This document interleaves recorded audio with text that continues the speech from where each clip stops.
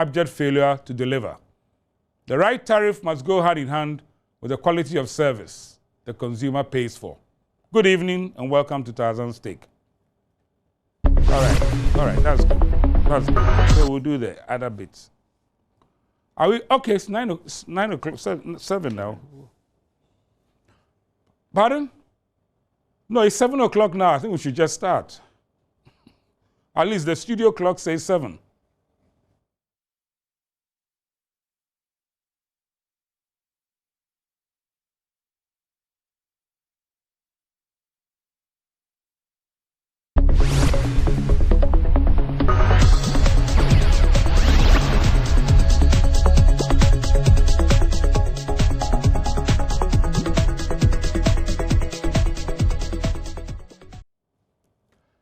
Anyone who thinks electricity is expensive should try using candles, batteries, or generators. But there is no excuse for utility companies giving us poor quality and often unavailable electricity. The Ghanaian consumer is fed up with the promise of better service to get higher tariffs, followed by abject failure to deliver. The right tariff must go hand in hand with the quality of service the consumer pays for. Good evening and welcome to Tarzan Steak.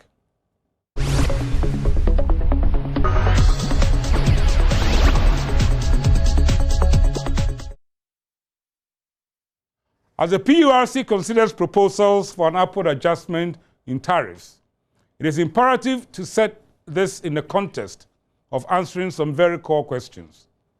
Are we in the position now to deliver adequate and sustain high-quality electricity to Ghanaians?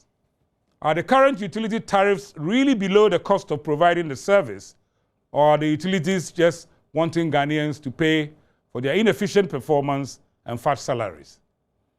If tariff increases are justified, is it right that these must be a precondition to providing reliable and good quality services? And last but not least, what quality of service are we entitled to expect, and how do we make sure that we do get them? Joining me tonight to shine the light on these very weighty and so far shadowy matters are Engineer Kweku Awotri, the Chief Executive of the VRA, and Dr. Alfred Ofosu Ahenkra, the Executive Secretary of the Energy Commission. Join us after a short break to set the scene with our wheat from chaff commentary, which will provide the context for tonight's chat.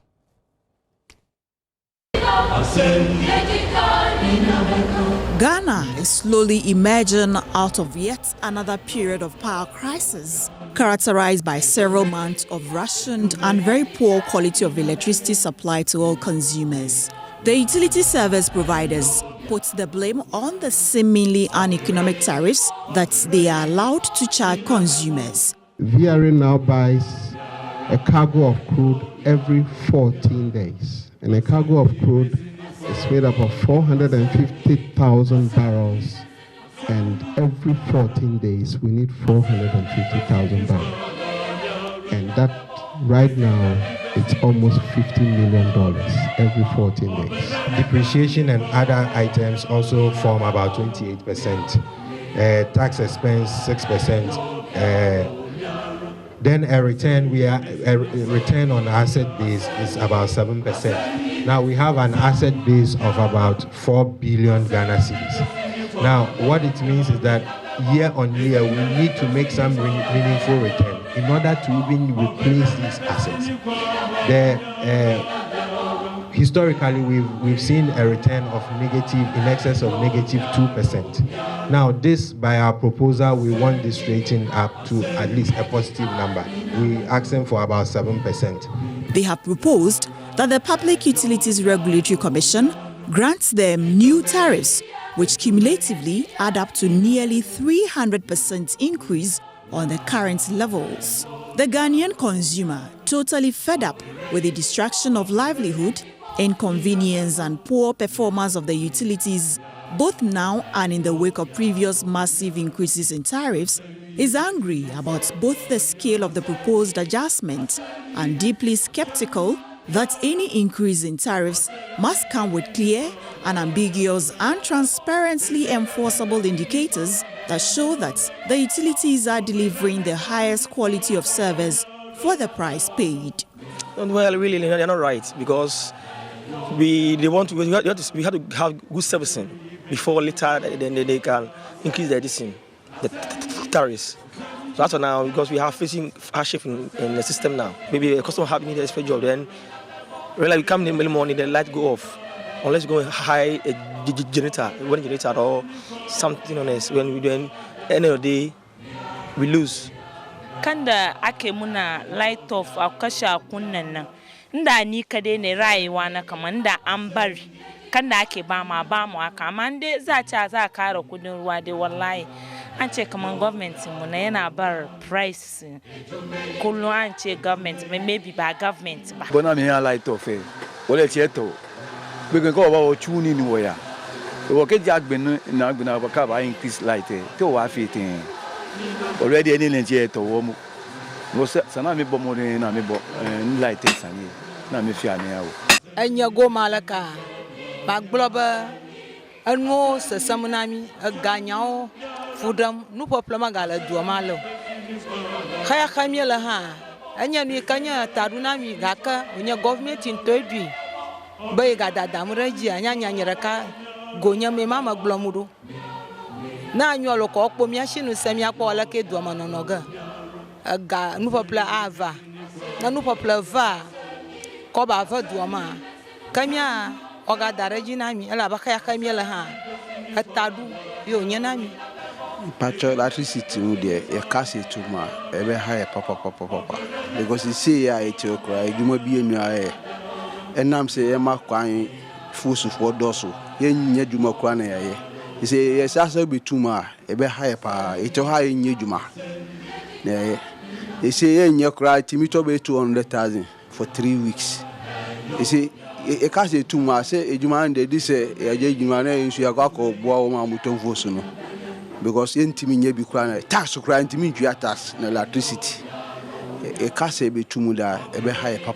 emerging evidence coming out of the ongoing consultative process is that consumers have a big worry about the quality of the service they have received from the utility service providers for a very long time and have become totally cynical and immune to the time-worn promises by the utilities of better service after higher tariffs. We, Ghanaians and consumers, we don't trust them. Because today they tell us something, another day they tell us another story. Today it is the pipeline that is broken down. Immediately they finish with the pipeline, they tell you, oh, you know, we couldn't get whatever inert gas to wash it through. Immediately they finish that, they say, oh, you know, we are yet to get compressed gas to come in. Immediately they get compressed gas, then again another ship has come to break the pipeline. We are tired with VRA. They have a good case, but they haven't managed the gas supply from Nigeria very, very well. If you look at page 53 of their own document in 2013, they're saying that they are going to have a transmission loss of about 22.28 million. Or no, 22.28% of transmission losses. And that accounts for nearly 500 million Ghana cedis. Is that efficiency? I will hope that somebody will be interested in undertaking a value for money, complete value for money analysis of the performance of the ECG before we talk about our increases. I have here a copy of the 2011 Auditor General's report, and it is, if the Auditor General is not lying, ECG is spending about 20% of their available income, that is after paying Gridco, I don't know, PRA, Gridco, Asogi. They are spending about 20% of their available income on maintenance, when actually they spend about 60 or more % on salaries. And I think that when organizations come to the public to ask for increases in tariffs and then give us long lists of things that they need, we need to go into why sometimes they're asking for this. Because otherwise, every year, they will come and tell us that we need this, and it will be like collecting water with a basket. Consumers of all classes are placing the quality of service delivery argument right at the fore of the tariff consultative process, and the emerging indications are that they will resist any approved increases, irrespective of the levels, unless it comes with some tangible quantitative indicators of the quality of service that consumers can expect from and indeed be able to pay the utilities. Our analysis shows that small business over 3,000 of them will collapse if these huge increases are allowed. And we believe that it is something which is not justified under any economic model. Our suggestion to them is that it should be progressive. There should be an automatic tariff adjustment system in place. So this year, if they need $100 million this year, the tariff increment should merit that $100 million increment, so that next year they will adjust it a bit to cover the costs that are needed. So that in another 7 years, we'll be in a position to raise the $1.2 billion they are talking about. But since they are refusing to listen to that suggestion, or they are refusing to do that, we believe that to support it will be suicidal for the economy. The Energy Commission is the standard setter for the quality of service. PURC is the body charged to ensure that the consumer does indeed get the quality of service that has been determined by the VRA, GRIDCO, and the ECG, are the principal players responsible for the supply and delivery of electricity to consumers at the set standards. Unfortunately, past tariff reviews have not brought in clear and unambiguous benchmarks and indicators of the quality of service that the utilities must offer to consumers in return for the tariffs that are announced. We have the indicators of quality of service in there. From June 2010, the Energy Commission engaged us and then mentioned to us that there should be a transition because the networks are not at a level where we can meet these benchmarks. So there should be a transition where we'll put in a lot of infrastructure, revamp the systems, and then make sure that we meet these standards. I mean, we are talking of a situation where generation, if there is no generation, the systems are turned off. And then you can definitely not meet these number of outages we are talking about. Now, when it comes to distribution, we are looking at system losses, for example. Within a year, ECG has reduced its system losses by about 5%. That is even being attributed to only theft, commercial losses. We're using the utility courts to prosecute recalcitrant customers and even our own staff who connive with customers to condone illegal connection and all that. Now we are also collecting revenues in excess of 98%. Last 2011 we did 100%. 2012 we've done 98%. That is very significant. And we continue to improve on this. It is time to start a transparent and formal dialogue between the one who sets the standards and those who are obliged to provide service at the set standards to ensure quality supply to the consumers at all times.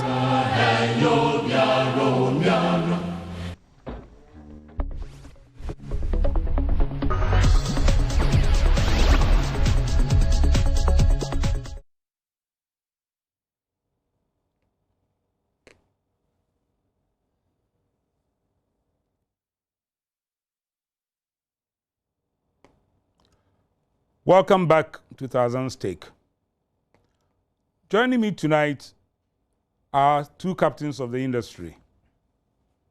When I was being groomed from a Kumasi bush boy to a Karachi, we had to do a lot of things called plays. And one of the ones I remember most was a British light opera called The Gondoliers.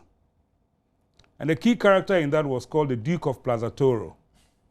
And his claim to fame was that he led his regiment from behind. And in these tariff discussions, we had a lot of leading from behind. But tonight, we have the generals themselves coming up for our discussion. My first guest is Kweku Awotwe, Chief Executive of the Volta River Authority. He sat in the seat immediately I left, went away, and he's come back to sit in it again. So he must know everything about it. And before that, when I used to sit in the seat, Kweku was one of my most vociferous opponents about all the waste that could be saved from VRA. Thirdly, we are family, but we won't discuss that at the moment. My second guest is Dr. Ofosu Ahenkura, who is also family. He was the last person I engaged before I left the National Energy Board in 1991 too.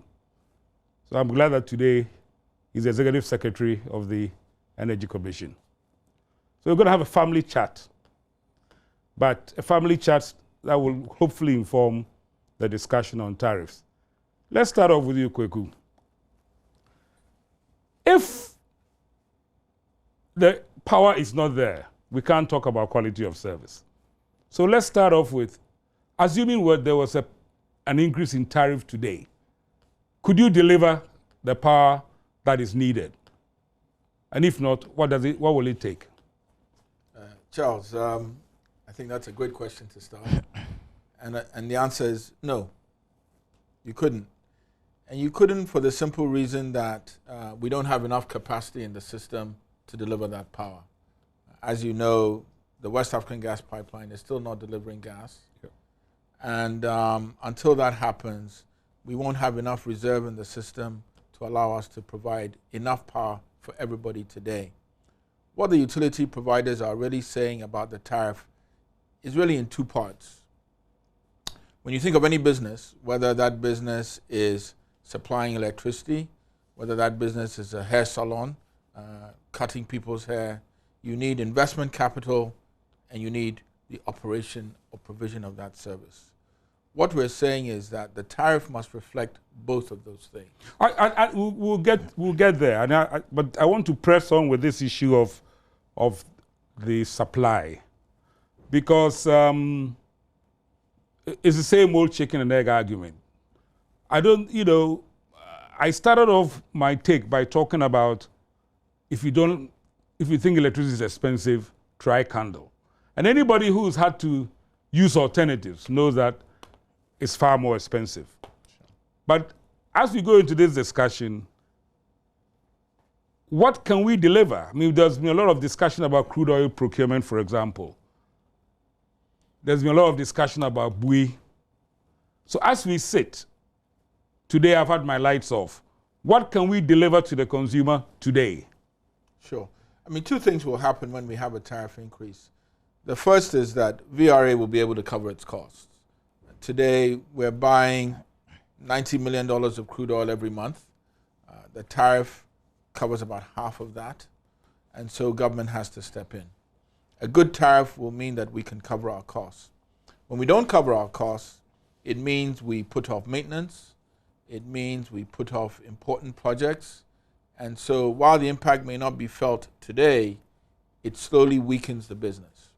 Now, for ECG and Gridco, who don't have such high operating costs, they still have to do maintenance. They still have to pay people.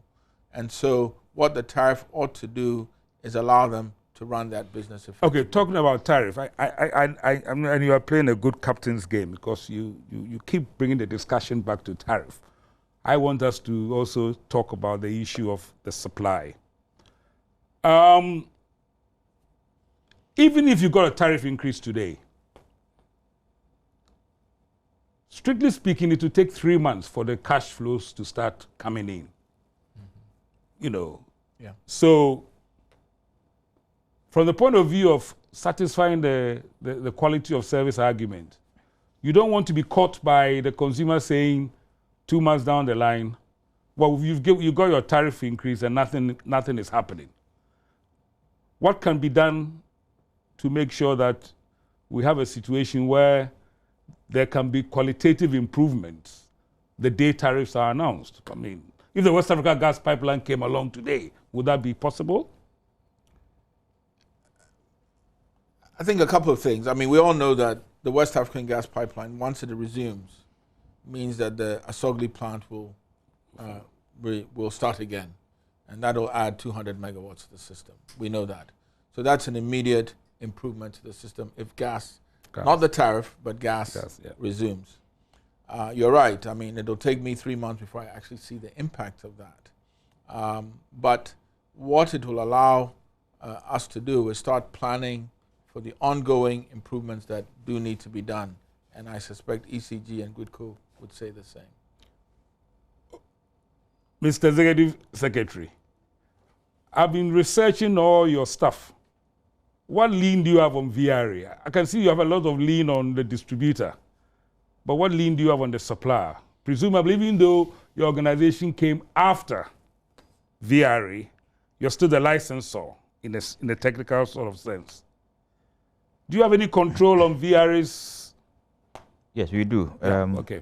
We license all facilities, all generation facilities in the country, with the exception of Akosombo and Pong, which are exempted by law. But every other facility is licensed by the Commission. In licensing, we look out for certain parameters. Why are Akosombo and Pong exempted? Because those are effectively our largest producers of power in this country.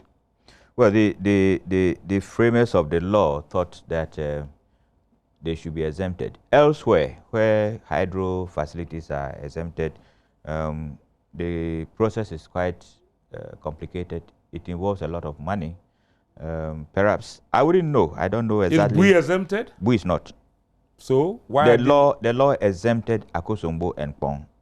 So Bui actually has a license. They have applied for a license. We processed their license, and the license has been approved. So Bui effectively is okay. So moving on from Bui, Kweku has got TAPCO. He's got He's got TAPCO. He's got T2. You've got T3. Plants, yeah. You've got plants in Tema. What are you doing to make sure that he's doing well? They are all licensed, except one, which we have to agree with them what to do with it, because the issue is ownership of that particular plant. Government bought that plant, and we don't have any formal documentation to show that government has handed it over to VRA. So when that is done, we will license the plant. But who is producing from that plant? So far, it's not producing. It's not producing, so it's not in operation. It's not. But the plants that are actually in operation now, all of them are licensed. TAPCO is licensed. I heard that T3 blew recently. A unit blew. A unit had a problem. Yeah. Do they have to report to you on quality of operation? They have to. What kind of things do they have to do? They report on the operation parameters, heat rate. They gave us that information before it was licensed. So occasionally they have to come back to us and report on that, emission levels, how much electricity has been generated from the plant. Actually, we get that information daily without asking VRA. So we have. But what sanctions would you put on them if they don't perform? Really, the sanctions are more of economic than like a stick or anything else, because we are gradually moving into the market market state, where the performance of a generator will reflect in the cost of electricity generated. And therefore, if they falter in their operations, they lose revenue. They will not be dispatched. Again, if you are not dispatched and somebody else dispatches in your place to supply your contract, you have to pay that person. So it is more of economic regulation in the marketplace than any other like legal or any other sanction. Okay.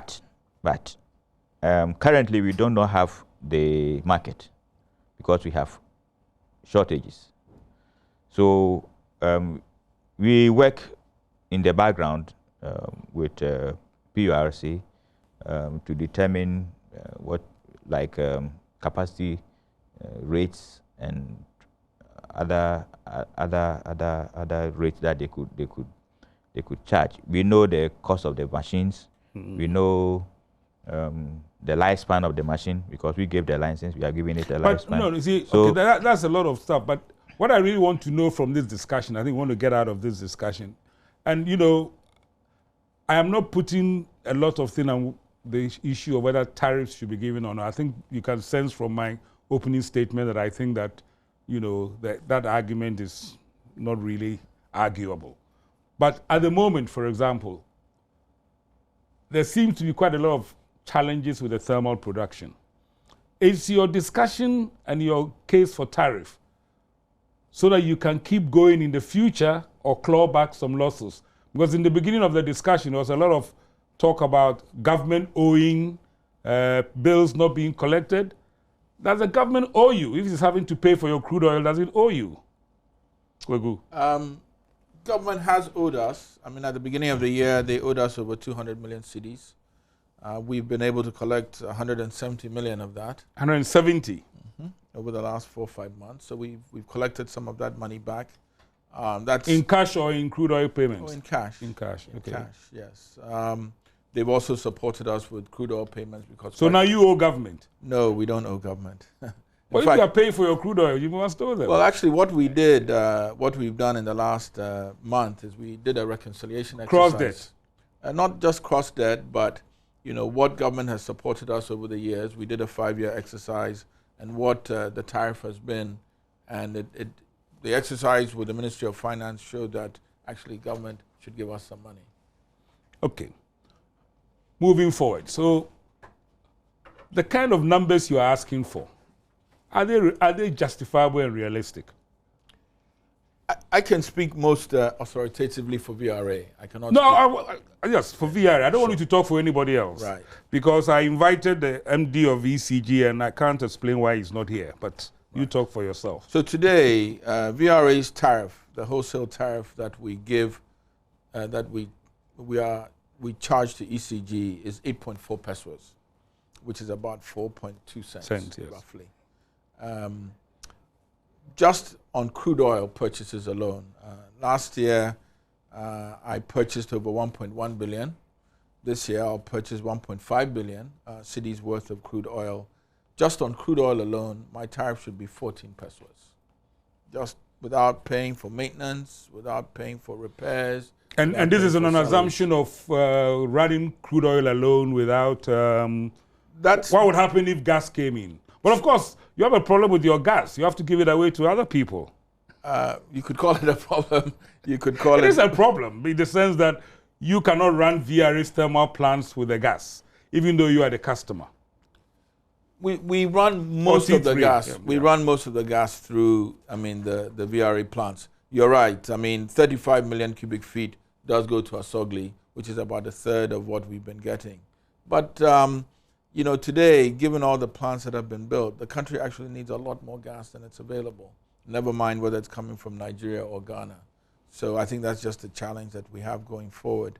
But the point is, last year we procured 12 cargoes of crude. This year, whether we have gas or not, we'll procure about the same. And interestingly, as we look out into the future, we expect to procure similar quantities of crude because we're running our hydro level plants at such high levels. They're not sustainable. Okay. And so over the next couple of years, we're going to slowly ramp them down and run more thermal plants in exchange. So what you actually find is that the hydrothermal mix is going to rapidly go to 50-50 and use a lot more crude in the process. When I went to VRA, one of the things I never understood is the magical rate of return on recalibrated fixed assets or whatever they called it.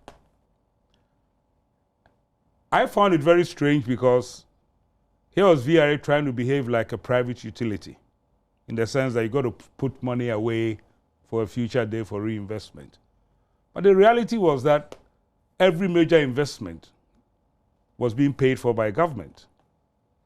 Is it justifiable to use the rate of return argument in a situation where government is paying? VRA didn't put a peso into Bui. Most of the money government took for the when the Eurobonds went into the power sector for new plants. Is it justifiable for VRA to be sitting behaving like a private sector organization and doing calculations on rate of return when we know that they're not going to plow the money back into new capacity? You know, it's not really true that VRA doesn't pay for the plants that it builds. We paid for Akosombo fully. We paid for Pong fully. We paid for those debts we are paying off as we speak. We paid for Takrady 1, TAPCO, $400 million. It's true, we haven't paid for the last 3 plants, T2, T3, and the KTPP that Doc was talking about. But if you look at our book, we've actually paid off over the years quite a sizable amount for the capital projects we have run. I don't want to reveal a fabulous secret, but the dam is paid for, but it still tends to form part of the ROR calculation. But you see, we started our first retrofit in the mid-90s, and we restarted from about 2002, 03. We spent over $100 million retrofitting those 6 turbines.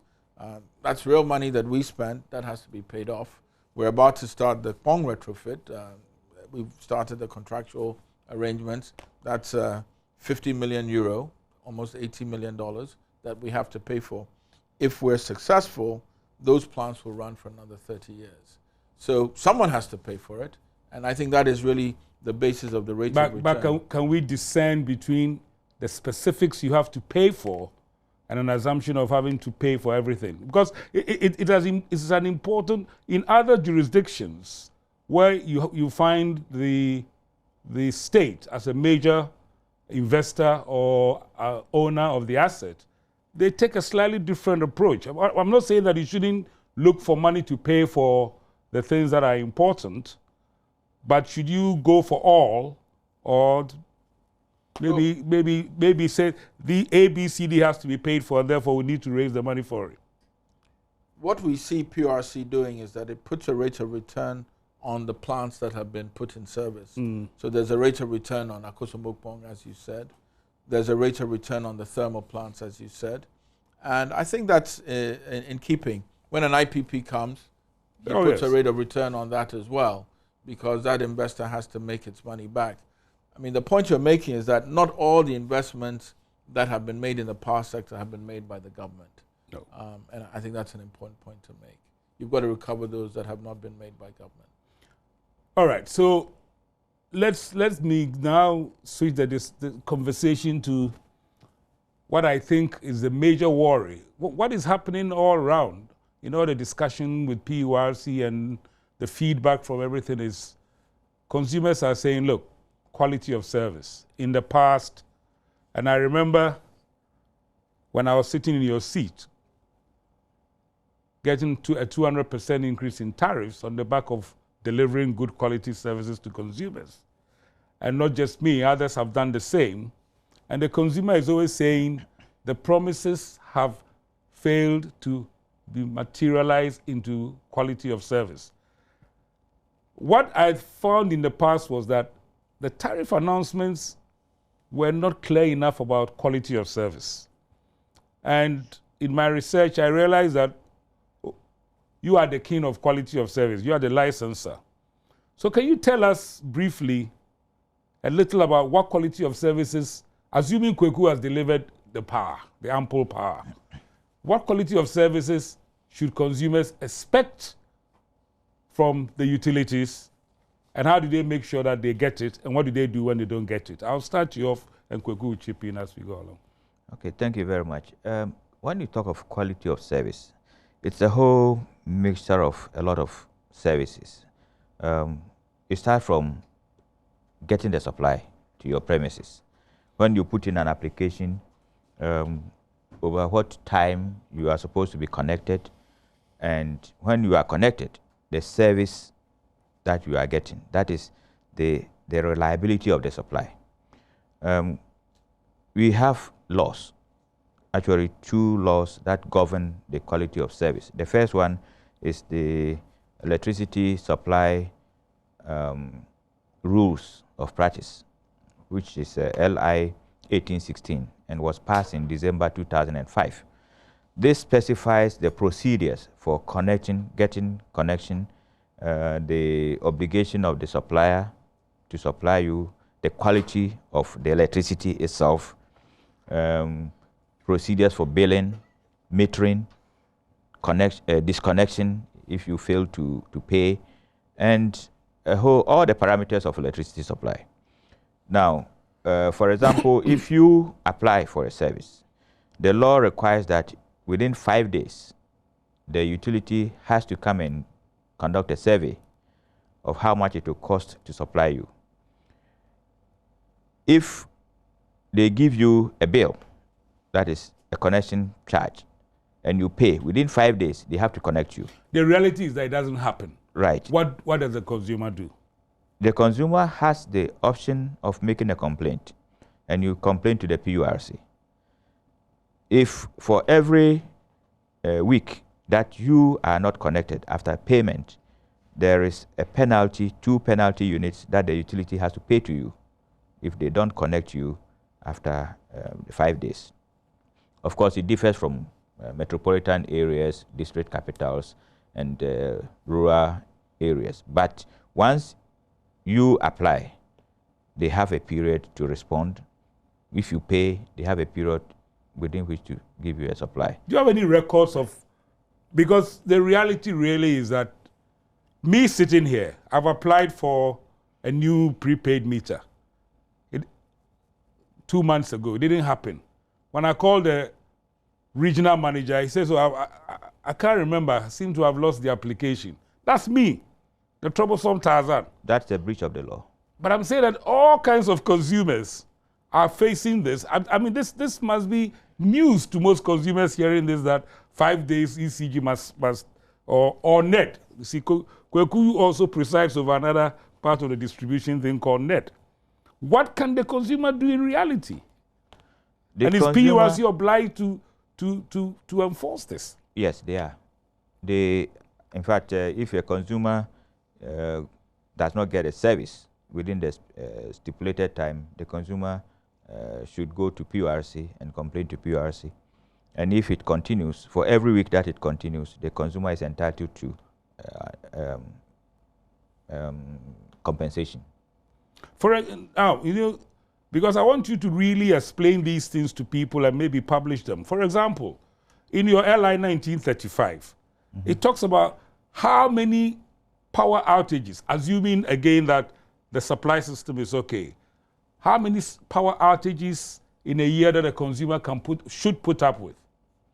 In a year, a consumer, I'm using the metropolitan areas as my example. Yes. In a year, a consumer can have a maximum of 6 outages, and with a total duration of 48 hours. So if it exceeds 48 hours in a year, then the consumer is entitled to a compensation, provided the outage was not caused as a result of a planned interruption for maintenance or a major fault, unforeseen, like the whole system going down. The whole system going down, a transformer exploding, those sort of major events, those ones are not counted.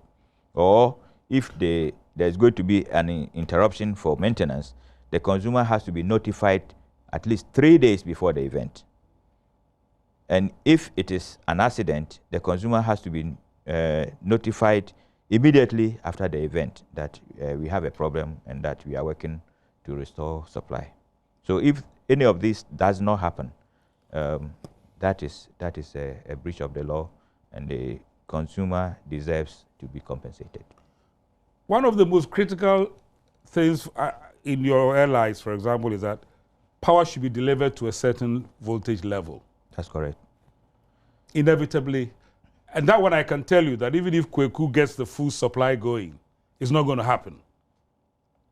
It's not going to happen because of the fact that so much development is going on, which is not catching up with the supply.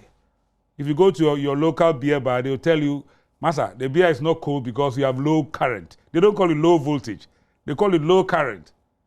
And the issues of fluctuations are not going to go away. The issues of overvoltage. I have said that most of these fires are being caused by the overvoltages that come after the doomso. These problems are not going to go away. What are you going to do? I mean, what can the consumer expect? What provision does your airline provide? The airline provide for voltage, nominal, what do you call it, nominal 230 plus or minus voltage, 10. voltage level. You know, we are working with equipment, and the ideal is for the technical people, it's a sinusoidal sort of supply. But you don't get this happening, I mean, all the time. So we allow for some fluctuations. 10%. We allow for 10% fluctuation. The nominal voltage is 230 volts, so it's plus or minus 30%. So the minimum you can get is 207 volts, and the maximum is 253 volts. Anything outside these parameters is not normal. And what can they do? Unfortunately, it's very difficult for the consumer to say that my voltage is 190 volts, because the consumer has no machine, no device to measure. You see, if I have machines, in the business I do, I have machines, and we are measuring voltages in areas of Agirigano and elsewhere of as low as 90 volts. That is not acceptable. But is the commission monitoring any of these things? Because I can tell you that you find very few places where people are getting voltages of anywhere around 180, even 190. At the moment, we are monitoring these voltages at the transmission and some sub-transmission levels. And I think that's a problem. You see, because to be able to monitor voltages at distribution transformers, we need equipment installed on all the distribution transformers with remote data collection capabilities, that independent of the utility, we will get that data at a central point, and we'll be able to monitor. Are you going to do that? We are going to do that. It costs quite a lot of money, but we have that in our program to get the monitoring system installed.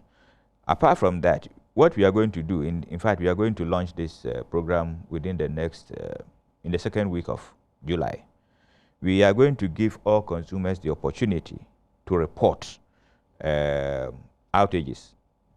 You know, ECG or the utilities are supposed to give us indicators, what we call indicators such as system average interruption frequency index.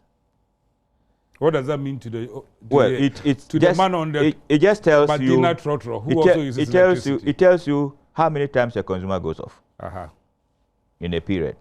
Let me just bring Kweku in there, because I'm not sure what the situation is. Well, at least you're still technically chairman of NEDCO, right? Yes. So what's the situation in NEDCO with the distribution? Are you facing similar challenges as ECG? NEDCO faces very similar challenges to ECG. It's a much smaller population. It's about 400,000 people. It's about 10% of the country's requirement. But the performance of NEDCO is similar to the performance of ECG. We suffer the technical losses, the commercial losses, as well as the collection losses. And, you know, we clearly need to have a plan. But does that mean that in Ghana we really don't know how to distribute electricity? Because it seems to be that the generation and the transmission seem to be, by and large, reasonably okay. And if we are having challenges both from ECG and NEDCO? What seems to be the problem? Our distribution losses are very high, at least speaking for NEDCO. As I said, they're similar to ECG. Technical and commercial losses are over 20%, which is high by world standards. And when you add collection, which is not up to 100%, you're getting losses of 35, 40%, which is very high. The World Bank, the Ministry of Energy put out a paper in 2011 showing these numbers. So there's clearly a need to really bring those losses down, because as you say, when the investment is made in the generation and transmission end, the distribution is like a leaky bucket. You're losing a lot of that. So there clearly has to be a priority on that. So really, coming back to the tariff issue, if we're losing 30% of what is generated and sent to the distributors, is there a case, a meritorious case for saying that we should be increasing tariffs simply because we are running an inefficient system? And what does the licensors say about that? Just let me, Koku has been very modest here. We have figures for losses. We collect them. And NEDCO is doing pretty better. Their losses for 2012 was about 20.5%, as against almost 25% for ECG. So NEDCO, they have systematically reduced their losses, but they can do better. What is an acceptable loss standard for a well-performing utility? Maybe 5 to 10. 7.7%. I know that UK utilities are doing 7.7%. But it goes back to the question I'm posing. Are we asking consumers to pay? You see, let me tell you why I'm asking this question. In South Africa, the tariff that Kweku will get as VRA, they use the municipality concept for distribution. And no municipality can get more than 12% over and above the bulk supply tariff rate. And if they do, they must go and make a case for it. Here we have our main distributor asking for 200% over Kweku's rate. I think and then throwing away a quarter of the electricity. And what is the licensor doing about that? Can you take their license away? We can, but if we do that, they will switch off. I mean, they turn it off. Unless we. Who will turn it off? Well, the person you've taken, whose license you've taken, will turn it off, and you have to get a new operator to come and take over. Well, that's what I mean by taking their license away. It has been done before. It has been done before. It was done in Mexico, I think 2 years ago. They took the license from the utility, and they brought in new operators to do that. But the tariff, we are not responsible for tariff setting. But the structure is such that the energy component is passed through. So if VRA supplies at 9 cents or 9 pesos, the transmission is 2 pesos. Then the distribution, what we call the distribution service charge, it is what is actually paid to ECG to bring the power to your house.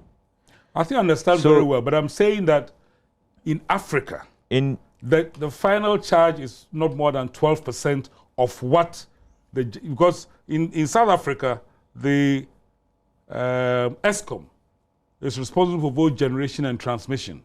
So whatever tariff is given to it, the municipalities cannot get more than 12% for distribution. Charles, let me make a comment about that. I mean, I think we can learn a lot from South Africa.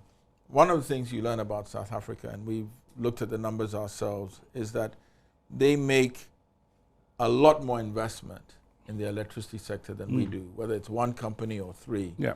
In fact, we looked at some numbers over the last 5 years. They invested $26 billion in the electricity sector. And for every man, woman, and child, that works out to about $110 per person per year. Now, you look at Ghana, in the last 5 years, we spent maybe 2.3, 2.4 billion. Seems like a lot of money. For 24 million people, that's less than $20 per person per year. So, but you see, you are dealing with 50,000 megawatt capacity. Well, the point I'm making is that the performance requirements that we must put in place must mirror the investments that we make in the sector. If we're not making those investments, you cannot ask for those performance measures. The point I'm making is that they have consistently, even with their problems, invested 5, 6, 7 times more than we invest in the sector. So, a much larger system, though. Well, we have a peak load of less than 3,000. They have 50,000. But I made a point. But I made a point that per person, for those 50 million people, they're investing 5 times more than we do per person. You know, Kweku, over the years, because I've been in this sector for 25 years, I don't know how much money we've pumped into ECG. An awful lot of money. And each time you pump that money into it, they say that this time we got it right. But it seems to get worse. I mean, that is a fact. You know, and that is what really brought me to ask the question as to whether we should get into rate of return arguments. Because any time a major investment has been needed in the distribution sector, it's government that has come up with the money. I think what the PURC has done, in fact, they have benchmarks, and they give them a certain level of losses. The last time it was 21%. What it means is that they allow they pass through a certain level of losses. Should it be the PURC or you who should be giving them those standards of performance? It is PURC. Why? This is not a standard of performance. This is the rate of collection, which is directly of our purview. It is directly the rate of collection of their well, you can call it distribution losses, not technical, not technical, but market loss. You know, in the commentary, we saw ECG virtually claiming that from 2010, you've given them essentially a holiday to sort out their system. You know, because it's important for us to know when these tariffs are announced, what quality of service consumers can expect to get from the distributor. And if they are claiming that they've been given a holiday, in effect, not to implement those standards set in 1935, etc., can you just... No, I think the information is not correct. What actually happened is the LI 1816 was passed in 2005, in December 2005. And in that regulation, a transitional period of 5 years was given. So it starts from 2005 to 2010. So the transitional period is elapsed. What LI 1935, which is actually specifying the penalties, did is that it took the 1816 of 2005 into consideration and said that now you have all your 5 years. So from 2010, the penalties kick in. The 1935 was passed in 2008. So by that time, we had 2 years more to go. So ECG has no parole from 1935? Today, no. Today, actually from 2010, so if ECG does not meet the parameters, the compensation is due. Whilst you're here, I want to ask a related question because it has a serious impact on the tariffs. And these are the power purchase agreements that ECG is signing with independent producers. They are very expensive. There's no way that the consumers of Ghana can be asked to pay those levels. They don't have the luxury or the benefit of Kweku's hydro mix. You are talking about over 40 to 48 pesos per kilowatt hour. And when you ask ECG, they say, but the Energy Commission has licensed these people.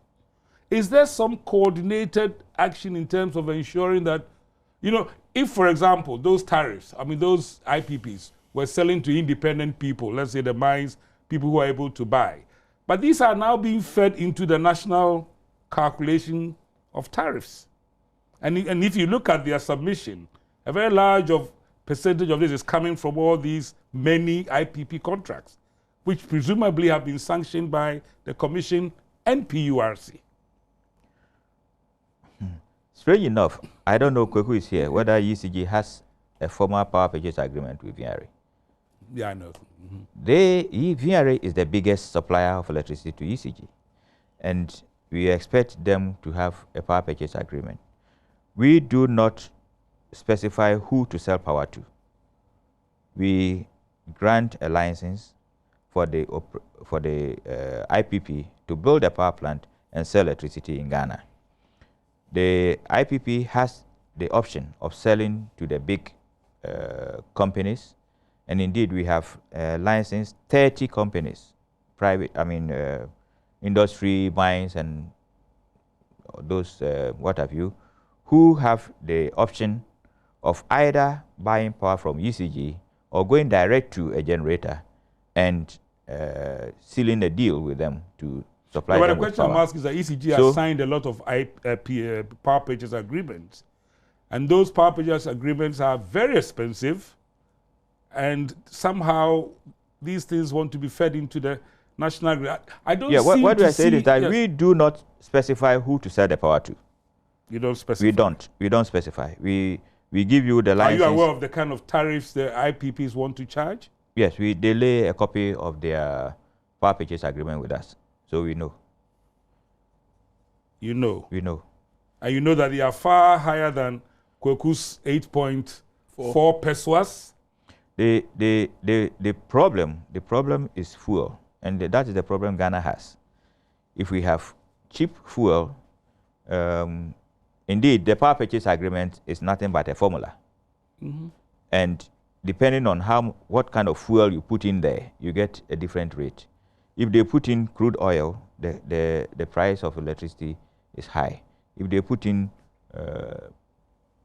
gas, which is cheaper, the price is The reason why I'm raising low. this question, you can come in here now, because there must be an idea of how much power we need in Ghana for each year and what the mix of that power should be, so that in looking at tariff calculations, we can get a reasonable sense. But what I'm getting in all of this is that it's like the left hand doesn't know what the right is doing, and here is Kweku with 8.4 pesos or cents. Is it pesos? Against somebody with 47, and we are trying to come to a common denominator on this. Kweku is coming from a weighted average of perhaps 3 cents or 3 pesos for hydro. Probably and 70% hydro at 3 US cents. So you get a weighted average, which is low. But you know, even when you do that, our tariff should be double what we get if we do a real weighted average. But it is weighted average. We've had a very reasonable discussion. What I expect, and I hope you do, Dr. Ahinkra, is that you put clear guidelines for consumers to see what standards they can expect and what they can do about it. And I'm hoping that Kweku would also be able to produce the electricity in ample terms and sustainable basis, because I think I have not mentioned whether the tariff proposals are adequate or whether we should increase tariffs. I think that is obvious. But I think the issues of reliable supply and good quality are very important for all of us in Ghana here today. Thank you both very much for illuminating the subject a little bit more for all of us. And if you've been watching, thank you for watching. If you found it interesting, please let us know. This has been Tarzan's Take. Join us again next week.